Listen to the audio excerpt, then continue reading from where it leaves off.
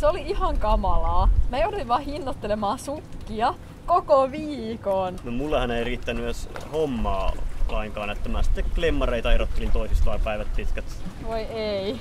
Siis ajattelin, jos TET-harjoittelussa vois kerrankin tehdä jotain hyödyllistä.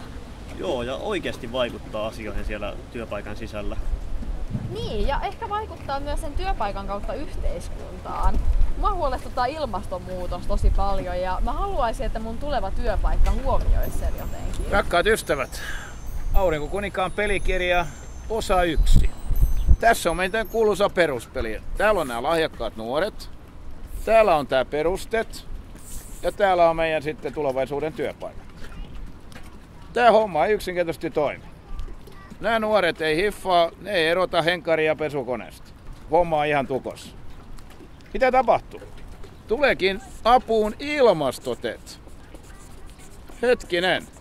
Nyt rupeaa tapahtumaan. Nuoret innostuu, saa kokonaan uuden koulutuksen ja todelliset voittajat on täällä. Työnantajat innostuu, syntyy lisäarvoa ja loppupeleissä klassinen valmennussanonta win-win situation. Eli loppupeleissä kaikki voittaa. Aurinkokuningas pelkistää simply great. Joka vuosi meillä on 110 000 tettiläistä. Se tekee 6 miljoonaa työtuntia. TET on nuorten merkittävin tietolähde työelämästä. Suomi tarvitsee tulevaisuuden työpaikkoja ja työnantajat tarvitsevat tulevaisuuden työntekijöitä. Niin yksinkertaista se on.